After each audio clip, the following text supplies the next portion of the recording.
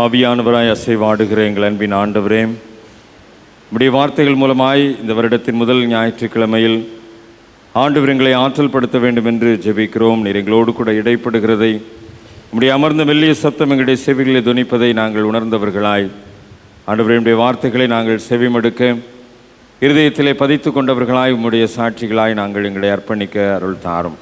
உம்முடைய வார்த்தைக்கு விரோதமாய் செயல்படுகின்ற எல்லா அந்தகார கிரியைகளையும் இயேசுவின் திருப்பெயரிலே கடிந்து கொள்கிறோம். கர்த்தருடைய வார்த்தை எங்களுடைய வாழ்வை புதிதாக்கட்டும். இயேசு கிறிஸ்துவின் திருப்பெயரிலே ஜெபிக்கிறோம் நல்ல பிதாவே, ஆமென். ஆண்டவரில் அன்பார்ந்த இறை மக்களே, ஆண்டவரும் மீட்பருமாகிய இயேசு கிறிஸ்துவின் ஈடு இணையற்ற திருப்பெயரிலே கிறிஸ்து பிறந்த திருநாளுக்கு பின் வருகின்ற இந்த இரண்டாவது ஞாயிற்றுக்கிழமை, இந்த புதிய வருடத்தின் முதல் ஞாயிற்றுக்கிழமை வழிபாட்டிலே பங்கு பெறுகின்ற இறைமக்கள் ஒவ்வொருவரையும் அன்போடு கூட வாழ்த்துவதிலும், ஆண்டவருடைய ஆசீர்வாதம் இந்த வருடம் முழுவதும் உங்களுடைய விசுவாச பயணத்தில் நிலைத்திருக்க வேண்டும் என்று சொல்லி உங்களுக்காக ஜெபிப்பதிலும் மகிழ்ச்சி அடைகின்றேன். பிதாவாக்கிய கடவுளிடமிருந்தும் திருமைந்தனாம் இயேசு கிறிஸ்துவிடமிருந்தும் நம்மை ஆற்றல் படுத்தி ஆசீர்வதிக்கின்ற தூய ஆவியரிடத்திலிருந்து வருகின்ற அருளும் அமைதியும் நம் அனைவரையும் ஆளுகை செய்வதாக. அருமையான பிள்ளைகளோடு கூட இணைந்து நாம் சொன்ன வசனம், இந்த நாளுக்குரிய பொருள் பொதிந்த திருமறை பாடங்களை படிக்க கேட்ட நிலைமையிலே ஆண்டவருடைய வார்த்தைக்காக இந்த முதல் ஞாயிற்றுக்கிழமையிலே நம்மை அர்ப்பணிக்கின்றோம். அனைவருக்கும் கடவுளுடைய அன்பை செயல்படுத்துகின்ற அல்லது வெளிப்படுத்துகின்ற ஒரு சூழலை குறித்ததான தியான உரையை நாம் இணைந்து தியானிக்க ஆண்டவர் இந்த நாளுக்குரிய திருமறை பாடங்களை நமக்கு தந்திருக்கின்றார். கிறிஸ்து பிறந்த திருநாளுக்கு பின்வருகின்ற இந்த இரண்டாவது ஞாயிற்றுக்கிழமையிலே கடவுளுடைய அன்பின் மூலமாய் கிறிஸ்து இந்த உலகத்திலே பாலகனாய் பிறந்ததை நினைவு கூர்ந்து, அந்த அன்பு பூரணப்பட வேண்டும், அனைவருக்கும் வெளிப்பட வேண்டும் என்கின்ற புரிந்து கொள்ளுதலோடு கூட நாம் இந்த தியானத்திலே நம்மை இணைத்து கொள்ள ஆண்டவர் நம்மை அழைக்கின்றார். எல்லா ஜனத்துக்கும் மிகுந்த சந்தோஷத்தை உண்டாக்கும் நற்செய்தி தான் இயேசு கிறிஸ்துவனுடைய பிறப்பு என்பதை நாம் கடந்த நாட்களிலே அதிகமாய் ஆழமாய் தியானித்திருக்கின்றோம். அதை குறித்ததான தியானத்தில் நாம் நம்மை அர்ப்பணித்திருக்கின்றோம். அந்த எல்லா ஜனத்திற்கும் சந்தோஷத்தை தருகின்ற அந்த நற்செய்தி, அந்த கடவுளுடைய அன்பை வெளிப்படுத்துகின்ற நிலைமையை யோவான் 3:16 சொன்னதைப் போல, கடவுள் தன்னுடைய ஒரே பேரான குமாரனை தந்து இவ்வளவாய் அன்பு கூர்ந்த அந்த அன்பின் வெளிப்பாட்டை நாம் நம்முடைய வாழ்க்கையிலே இந்த புதிய வருடத்திலே நாம் நிலைப்படுத்தி கொள்ள, அதை பெற்றுக்கொண்டவர்களாய் நம்முடைய விசுவாச பயணத்தை தொடர ஆண்டவர் நம்மை இணைந்து தியானிக்க அன்புடன் அழைக்கின்றார். தொடக்க வரலாற்றிலே ஆதியாகமத்தின் 12ஆம் அதிகாரத்தில் சொல்லப்பட்டதான ஆபிரகாமுடைய வரலாற்றிலிருந்து இந்த நற்செய்தியானது தொடங்குகின்றது. அதற்கு முன் இருக்கின்ற 11 அதிகாரங்களையும் நீங்கள் படித்து பார்க்கின்ற போது, நோவாவின் மூலமாக ஒருவேளை தொடக்க வரலாற்றிலே தொடக்க நிகழ்வை நாம் சந்தித்தாலும், நோவாவின் காலத்தில் ஏற்பட்ட பெருமழையின் மூலமாய் ஒரு பெரு அழிவு, அதைத் தொடர்ந்து வருகின்ற பாபேல் கோபுரத்தின் மூலமான அழிவின் சூழ்நிலைகள், இவைகளெல்லாம் கடந்து 12ஆம் அதிகாரத்திற்குள்ளாக அடியெடுத்து வைக்கின்ற போது ஆபிரகாமை ஆண்டவர் நோக்கி, உன் தேசத்தை, உன் இனத்தை, உன் தகப்பனுடைய வீட்டை விட்டு புறப்பட்டு போ என்று சொல்லி ஆண்டவர், நான் உனக்கும் காண்பிக்கும் தேசத்துக்கு போ என்று சொல்லி ஒரு அழைப்பை அல்லது அவருடைய அந்த அழைப்பின் அழுத்தத்தை ஆபிரகாமிடத்திலே ஆண்டவர் சொல்லுகின்றார். இந்த வார்த்தையை கேட்ட ஆபிரகாம் தன்னுடைய வாழ்விலே எந்த விதமான மறுப்பும் அல்லது எதிர்ப்பும் தெரிவிக்காதவாறு, கடவுள் சொல்லிவிட்டார் என்றால் கடவுள் தன்னுடைய வாழ்விலே ஒரு திட்டம் வைத்திருக்கிறார் என்கின்ற புரிந்து கொள்ளுதலோடு கூட தன்னுடைய பயணத்தை தொடங்குகின்றார். ஆபிரகாம் தொடங்குகின்ற அந்த பயணம்தான் இன்றைக்கு 2026ஆம் ஆண்டிலே இந்த ஜனவரி மாதத்தின் 4வது நாளிலே நம்முடைய மனநிலைமையாக இருக்கின்றது. இதுநாள் வரைக்கும் இருந்த இனம், இதுநாள் வரைக்கும் இருந்த தகப்பனுடைய வீடு, இதுநாள் வரைக்கும் இருந்த தேசம் எல்லாம் ஆபிரகாமுக்கு பழக்கப்பட்ட ஒரு விஷயம், ஆபிரகாமோடு கூட வாழ்க்கையிலே ஒன்றித்திருந்த ஒரு விஷயம். இப்பொழுது ஆண்டவர் இவைகள் எல்லாவற்றையும் விட்டு புறப்பட்டு போ என்று சொல்லுகின்ற போது ஒருவேளை அங்கே என்ன இருக்கும், எப்படி இருக்கும், என்ன சூழ்நிலை இருக்கும், இதெல்லாம் எதுவும் தெரியாது.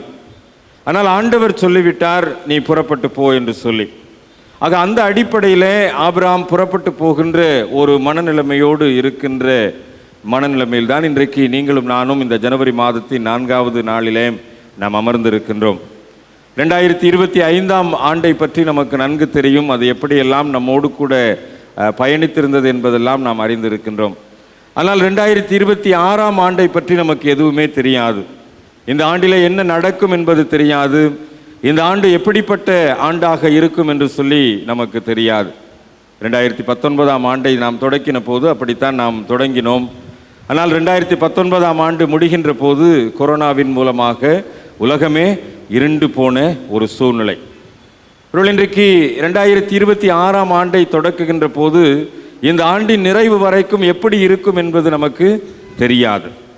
ஆக எதுவுமே தெரியாத ஒரு சூழ்நிலையில்தான் ஆண்டவர் நமக்கு தந்திருக்கின்ற இந்த புதிய ஆண்டிலே நம்முடைய காலடிகளை பதித்திருக்கின்றோம்.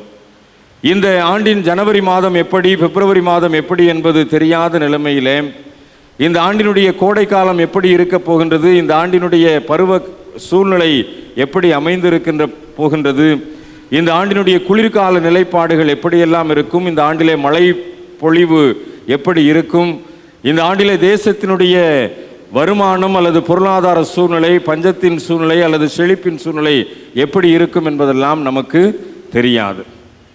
பல விதங்களிலே பல செய்திகள் நம்மை வந்தடைந்திருக்கலாம். ஆனால் நாம் எதுவுமே அறியாதவர்களாய் அன்றைக்கு ஆபிராம் ஒரு புதிய பயணத்திற்குள்ளாக தன்னை அர்ப்பணித்ததை போல நாமும் இன்றைக்கு அர்ப்பணித்தவர்களாய் இன்றைக்கு இந்த 2026ஆம் ஆண்டின் பயணத்தை நாம் தொடக்கி இருக்கின்றோம். இதுவரை எதுவும் தெரியாத சூழ்நிலையிலே ஆண்டவர் நமக்கு கொடுத்த வழிகாட்டுதல் அடிப்படையிலே புதிய ஆண்டிற்குள் அடியெடுத்து வைத்திருக்கின்றோம். ஆபிராம் அப்படித்தான், நான் உனக்கு காண்பிக்கும் தேசத்துக்கு போ என்று சொன்னபோது தைரியமாக புறப்பட்டு போகக்கூடிய ஒரு சூழ்நிலையிலே அங்கே ஆபிராம் தன்னுடைய வாழ்வை அர்ப்பணித்ததை நாம் இங்கே புரிந்து கொள்ளுகின்றோம்.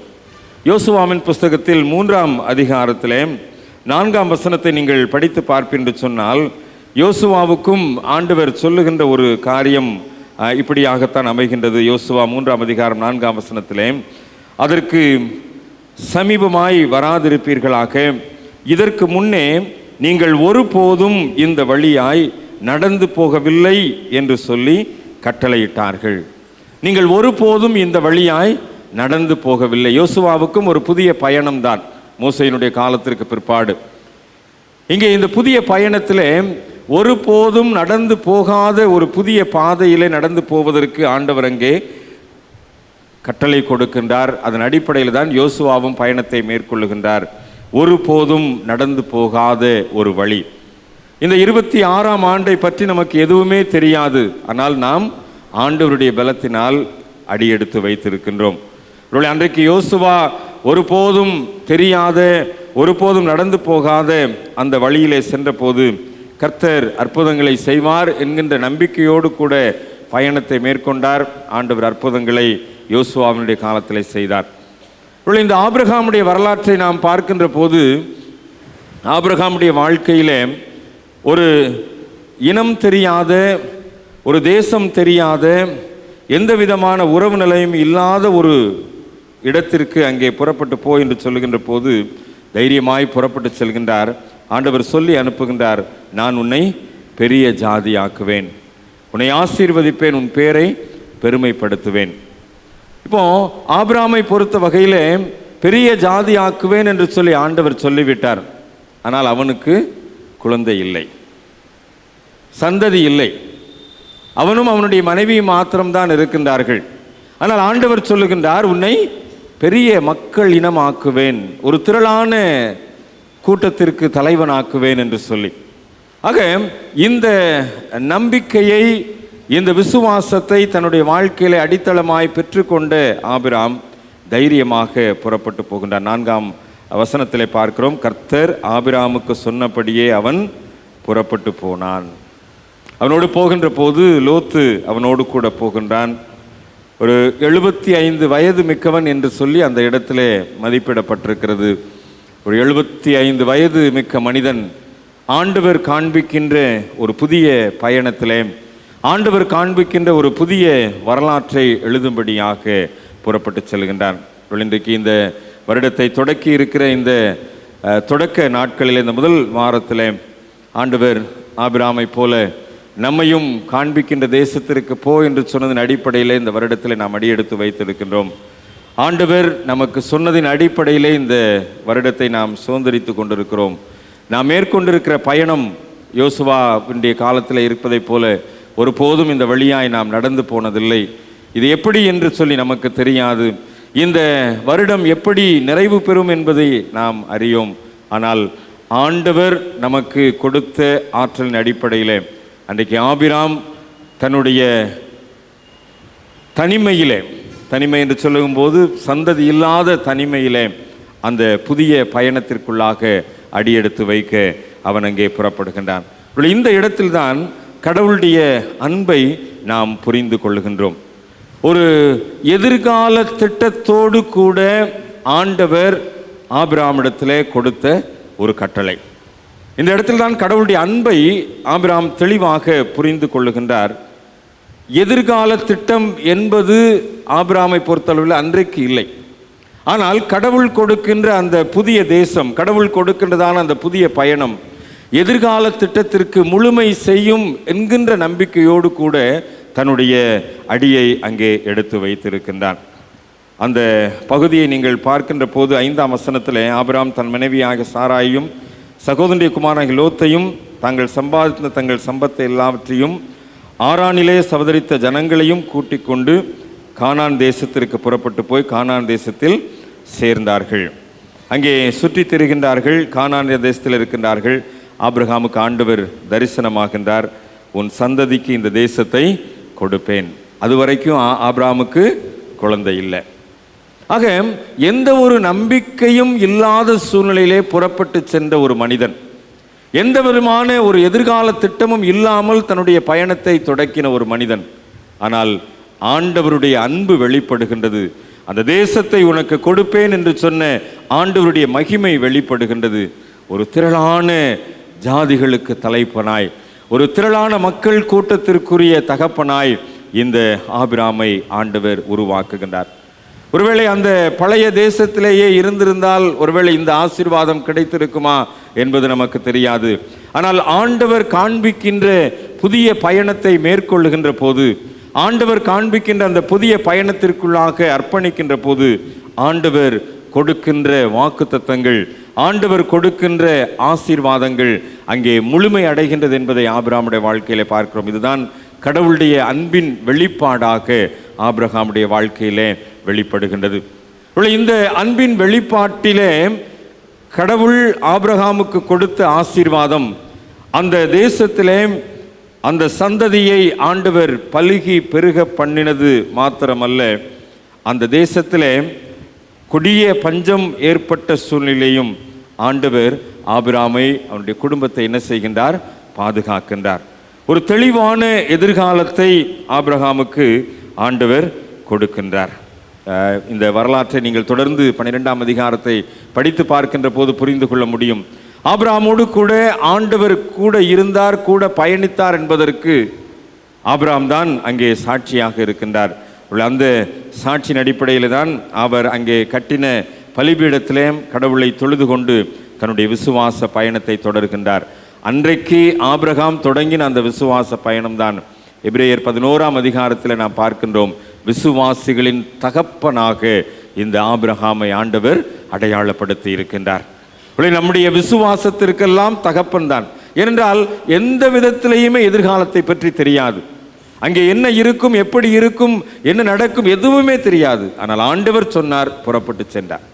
ஆண்டவர் அழைத்தார், தன்னுடைய பயணத்தை தொடக்கினார். இன்றைக்கும் நாம் இந்த புதிய ஆண்டிலே ஆண்டவர் நமக்கு கொடுத்திருக்கின்ற வாக்குத்தத்தின் அடிப்படையிலே நம்முடைய பயணத்தை தொடக்கி இருக்கின்றோம்.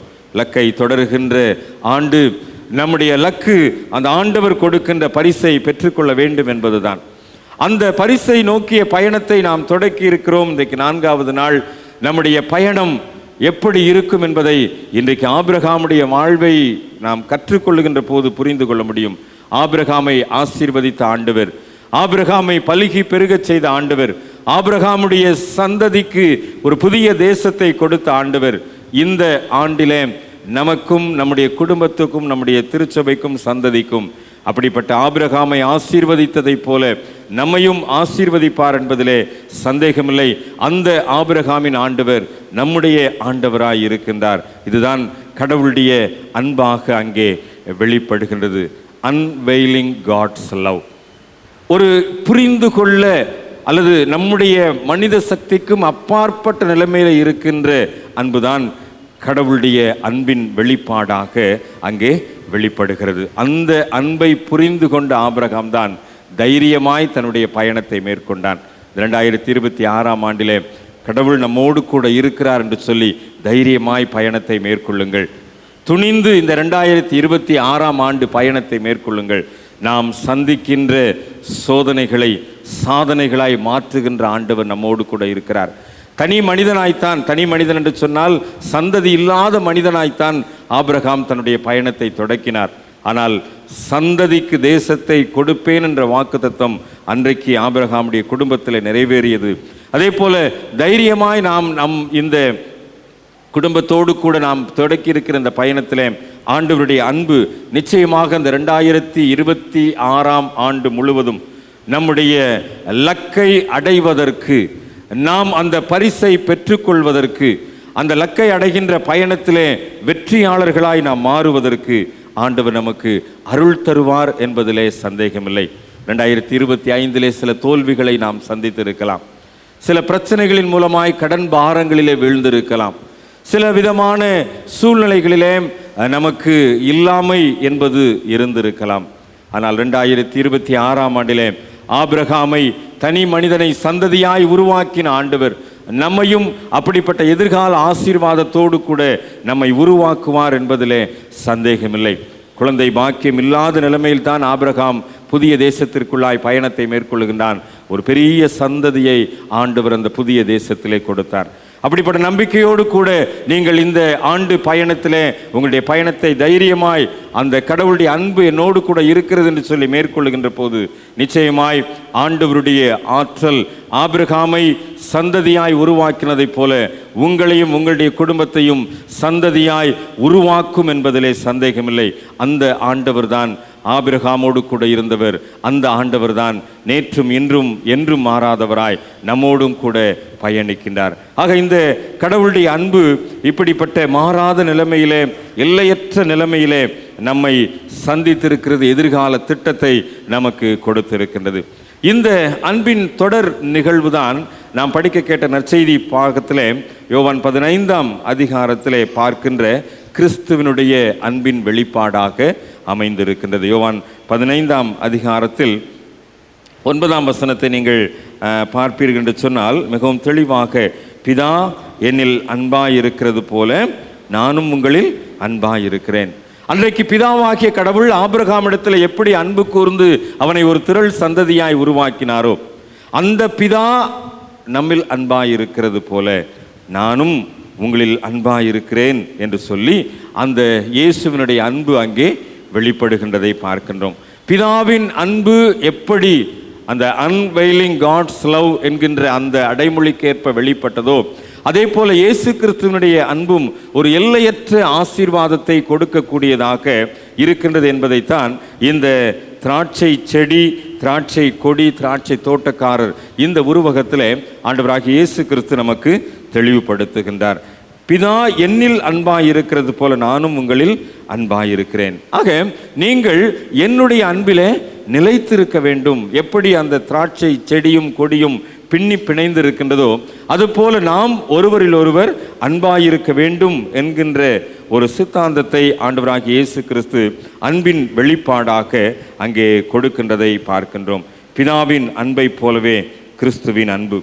அங்கே அந்த அன்புக்கு பாத்திரமாக ஆண்டவர் அங்கே நிறைவேற்றுகின்ற ஒரு காரியத்தை நாம் அங்கே தொடர்ந்து பார்க்கின்றோம். 14ஆம் வசனத்திலே நாம் பார்ப்பென்று சொன்னால், நான் உங்களுக்கு கற்பிக்கிற யாவையும் நீங்கள் செய்வீர்களானால் என் சிநேகிதராயிருப்பீர்கள். ஆக இந்த கிறிஸ்துவனுடைய அன்பிற்கு பாத்திரமாய் நாம் நடந்து கொள்ள வேண்டும் என்றால் அவருடைய சிநேகிதர்களாய் நாம் இருக்க வேண்டும். அந்த நட்பு உறவிலே நாம் இருக்க வேண்டும்.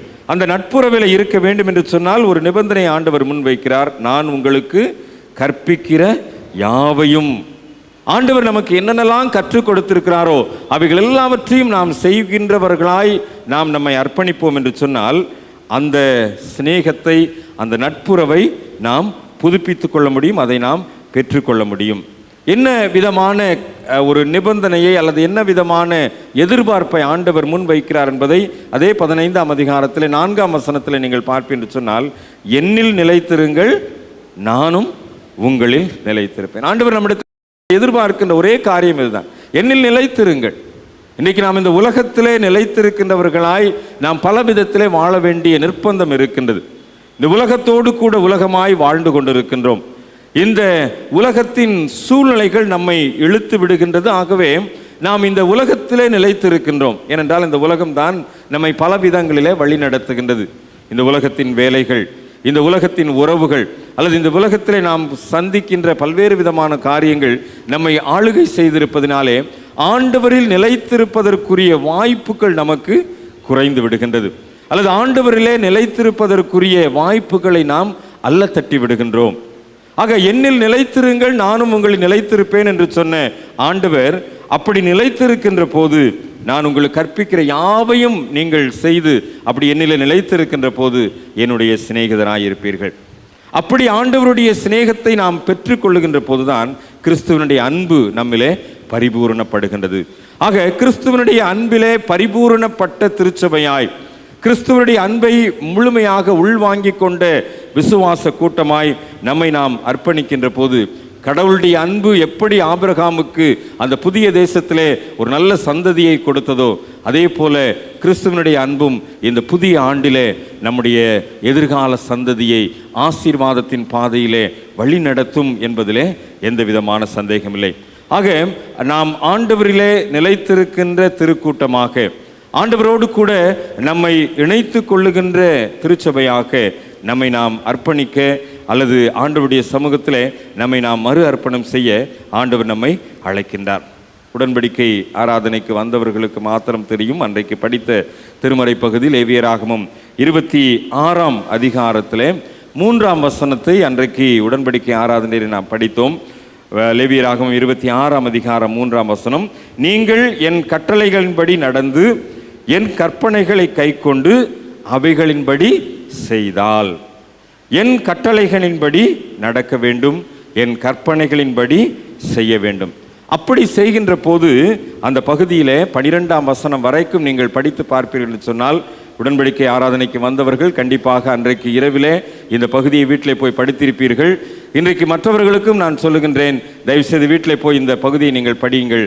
ஆண்டவருடைய கற்பனைகளுக்கு கீழ்ப்படிந்தால், ஆண்டவருடைய கட்டளைகளின்படி நடந்தால், லேவியராகமம் 26ஆம் அதிகாரத்தில் 4ஆம் வசனத்திலிருந்து 12ஆம் வசனம் வரைக்கும் இருக்கின்ற அந்த ஆசீர்வாதத்தை இந்த ஆண்டிலே நம்முடைய குடும்பத்திலே, நம்முடைய திருச்சபையிலே, நம்முடைய தனிப்பட்ட வாழ்க்கையிலே ஆண்டவர் நிறைவேற்றி கொடுப்பார் என்பதிலே சந்தேகமில்லை. ஆக அப்படிப்பட்ட ஆண்டவருடைய ஆசீர்வாதம் இன்றைக்கு நம்மோடு கூட இருக்கின்றது. ஆக ஆண்டவர் நம்மிடத்தில் எதிர்பார்க்கின்ற காரியம், நீங்கள் என்னிலே நிலைத்திருக்க வேண்டும், என் கற்பனைகளின்படி நடக்க வேண்டும், என் கட்டளைகளின்படி நீங்கள் வாழ வேண்டும். அதான் ஆண்டவர் எதிர்பார்க்கின்ற காரியம். அப்படி நாம் வாழ்கின்ற போது அன்றைக்கு பிதாவின் ஆசீர்வாதம், பிதாவின் அன்பு எப்படி ஆபிரகாமுக்கு பரிபூரணப்பட்டதோ அதே போல கிறிஸ்துவனுடைய அன்பும் நம்முடைய வாழ்க்கையிலே பரிபூரணப்படும் என்பதிலே எந்த விதமான சந்தேகமில்லை. ஏற்ற காலத்தில் ஆண்டவர் என்னென்னலாம் செய்வார் என்பதை இந்த லேவியராகமம் 26ஆம் அதிகாரத்தின் 4 முதல் 12 வரைக்கும் உள்ள வசனங்களிலே நாம் படிக்கின்றோம். அப்படிப்பட்ட நிறைவான ஆசீர்வாதத்தை ஆண்டவர் நமக்கு வைத்திருக்கின்றார். எப்பொழுது? ஆண்டவருடைய கற்பனைகளின்படி நடக்கின்ற போது, ஆண்டவருடைய கட்டளைகளின்படி நாம் நம்மை வாழ அர்ப்பணிக்கின்ற போது. நீங்கள் என் சிநேகிதராய் இருக்க வேண்டும் என்று சொன்னால், நான் கற்பிக்கிற யாவையும் நீங்கள் செய்ய வேண்டும், என்னிலே நிலைத்திருக்க வேண்டும். இதுதான் ஆண்டவர் நம்மிடத்தில் எதிர்பார்க்கின்ற காரியம். இந்த வருடத்தின் முதல் ஞாயிற்றுக்கிழமையிலே ஆண்டவருடைய சன்னிதானத்தில் அவருடைய சாக்கிரமத்தை பெற்றுக்கொள்வதற்கு நம்மை தகுதிப்படுத்துகின்ற நேரத்தில் ஆண்டவருடைய சமூகத்தில் நம்மை மறு அர்ப்பணம் செய்வோம். ஆண்டவரே, இந்த புதிய ஆண்டிலே உம்மில் நிலைத்திருக்கின்ற திருச்சபையாய், உம்மோடு கூட உறவு கொள்ளுகின்ற திருச்சபையாய் நான் எங்களை மறு அர்ப்பணம் செய்கிறோம் என்று சொல்லி ஆண்டவருடைய சமூகத்தில் அப்படி நாம் அர்ப்பணிக்கின்ற போது கிறிஸ்துவனுடைய அன்பு நம்மிடத்திலே பரிபூரணப்படும் என்பதிலே எந்த விதமான சந்தேகமில்லை.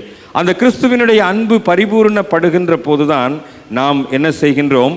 அதே 15ஆம் அதிகாரத்தில், யோவான் 15ஆம் அதிகாரத்தில் 17ஆம் வசனத்திலே சொல்லப்படும், நீங்கள் ஒருவரில் ஒருவர் அன்பாயிருக்க வேண்டும் என்றே இவைகளை உங்களுக்கு கற்பிக்கிறேன். ஆண்டவர் கற்றுக் கொடுத்தது எது? ஒருவரில் ஒருவர் அன்பாயிருக்க வேண்டும், ஒருவரில் ஒருவர் அன்பாயிருக்க வேண்டும். இந்த திருச்சபை குடும்பத்தில் நம்மிடத்தில் அவ்வப்பொழுது சச்சரவுகள் ஏற்படுவது இயற்கை, அவ்வப்பொழுது சில சலனங்கள் ஏற்படுவது இயற்கை, அவ்வப்பொழுது நம்மிடத்திலே மோதல்கள், கருத்து வேறுபாடுகள் ஏற்படுவது இயற்கை. ஆனால் இந்த வருடத்தின் தொடக்க நாட்களில் ஆண்டவர் நமக்கு சொல்லுகின்ற காரியம், நீங்கள் ஒருவரில் ஒருவர் அன்பாயிருக்க வேண்டும் என்பதே ஆண்டவர் நமக்கு கற்றுக் கொடுக்கின்ற காரியம். ஆண்டவர் நம்மிலே என்னில் நிலைத்திருங்கள் என்று சொல்லி ஒரு அழைப்பை கொடுக்கின்றார். என்னில் நிலைத்திருங்கள் என்று சொல்லி அழைப்பு கொடுத்த ஆண்டவர் நீங்கள் என் சிநேகிதராய் இருக்க வேண்டும் என்று சொல்லி நம்மிடத்தில் எதிர்பார்க்கின்றார். அப்படி எந்த எதிர்பார்ப்போடு கூட தான் சொல்லுகின்றார், ஒருவரில் ஒருவர் அன்பாய் இருக்க வேண்டும். நாம் திருச்சபை குடும்பமாக ஒருவருக்கொருவர் ஐக்கியமாக இருக்கின்ற போது, ஒருவருக்கொருவர் இந்த அன்பிலே நிலைத்திருக்கின்ற போது இந்த கிறிஸ்துவனுடைய அன்பு நம்மிடத்திலே பரிபூரணப்படும். அப்பொழுதுதான் அந்த பிதாவின் அன்பு அன்றைக்கு வெறுமையாயிருந்த ஆபிரகாமை திரள் சந்ததியாய் உருவாக்கினதைப் போல இன்றைக்கு நம்முடைய வாழ்க்கையில் இருக்கின்ற வெறுமைகளை ஆண்டவர் திரளான ஆசீர்வாதங்களினால் மாற்றுவார். ஆக ஆண்டவர் நம்மிடத்தில் எதிர்பார்க்கின்ற ஒரே காரியம், நீங்கள் ஒருவரில் ஒருவர் அன்பாய் இருக்க வேண்டும். என்னில் நிலைத்திருங்கள். அந்த திராட்சை செடியும் திராட்சை கொடியும் ஒன்றில் ஒன்று நிலைத்திருக்கின்ற போதுதான் கனி கொடுக்க முடியும். அந்த செடியிலே கொடியானது இணையவில்லை என்று சொன்னால், அல்லது அந்த செடியிலே கொடியானது தன்னிச்சைக்கு வாழ தன்னுடைய பயணத்தை தொடக்கினால் கனியை எதிர்பார்க்க முடியாது. ஆக அந்த திராட்சை செடியை அந்த திராட்சை தோட்டக்காரராகிய பிதா எதிர்பார்க்கிறது போல அந்த செடியிலே கொடியானது நிலைத்திருக்கின்ற போது அது மிகுந்த கனிகளை கொடுக்கும். ஆக இந்த உருவகத்தின் அடிப்படையிலே திருச்சபைக்கு ஆண்டவர் இந்த புதிய ஆண்டிலே கற்றுக் கொடுக்கின்ற காரியம், நீங்கள் ஒருவரில் ஒருவர் அன்பாய் இருக்கின்ற போது மிகுந்த கனி கொடுக்கின்ற திருச்சபையாய் இந்த 2026ஆம் ஆண்டிலே மாற முடியும். ஆண்டவர் லக்கை நோக்கி அடைவதற்கு இந்த ஆண்டிலே நம்முடைய பயணத்தை தொடக்கி இருக்கின்றார். ஒரு வெறுமையாகத்தான் நம்முடைய பயணத்தை தொடக்கி இருக்கின்றோம், ஒரு இல்லாமையோடு கூட தான் நாம் பயணத்தை தொடக்கி இருக்கின்றோம். ஆனால் நாம் ஒருவருக்கொருவர் அன்பாய் இருக்கின்ற போது, ஒருவருடைய அன்பிலே ஒருவர் நிலைத்திருக்கின்ற போது அந்த கனி கொடுக்கின்ற ஜீவியம் நம்மிடத்திலே வெளிப்படுமேயானால் ஆண்டவர் நிச்சயமாக அந்த கனி கொடுக்கின்ற வாழ்வின் அடிப்படையிலே நம் மூலமாக தம்முடைய நாமத்தை மகிமைப்படுத்துவார். இதுதான் கிறிஸ்துவனுடைய அன்பு நம்மிடத்திலே பரிபூரணப்படுகின்றதனுடைய தாற்பயம்.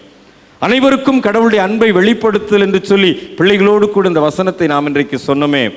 நாம் நம்மிலே பரிபூரணப்படுவதற்கு இந்த கடவுளுடைய அன்பை, இந்த கிறிஸ்துவனுடைய அன்பை வெளிப்படுத்துகின்ற திருச்சபையாய், வெளிப்படுத்துகின்ற கிறிஸ்தவ விசுவாச கூட்டமாய் நாம் நம்மை மறு அர்ப்பணம் செய்ய ஆண்டவர் நம்மை அழைக்கின்றார். இன்றைக்கு பலிபீடத்திலே ஆண்டவருடைய சரீரத்தையும் இரத்தத்தையும் பெற்றுக்கொள்ள இருக்கின்றோம். இங்கே முழங்கால் படியிட்டு ஆண்டவருடைய சரீரத்தையும் இரத்தத்தையும் பெற்றுக்கொள்கின்ற போது நான் என்னுடைய திருச்சபையிலே சக உறுப்பினரோடு கூட அன்பாய் இருக்கிறேனா என்கின்ற கேள்வியை எழுப்பினவர்களாய் இந்த இடத்திலே முழங்கால் படியிடுவோம் என்று சொன்னால், ஆண்டவர் நமக்கு கொடுக்கின்ற பிற்கு கொடுத்த சரீரமும் சிந்த கொடுத்த இரத்தமும் நமக்குள்ளாய் கடந்து வருகின்ற போது, ஒருவேளை இந்த இடத்திலிருந்து நாம் புறப்பட்டு உள்ளே செல்லுகின்ற போது அந்த அன்பு நம்மிடத்திலே பரிபூரணப்படும் என்பதிலே சந்தேகமில்லை.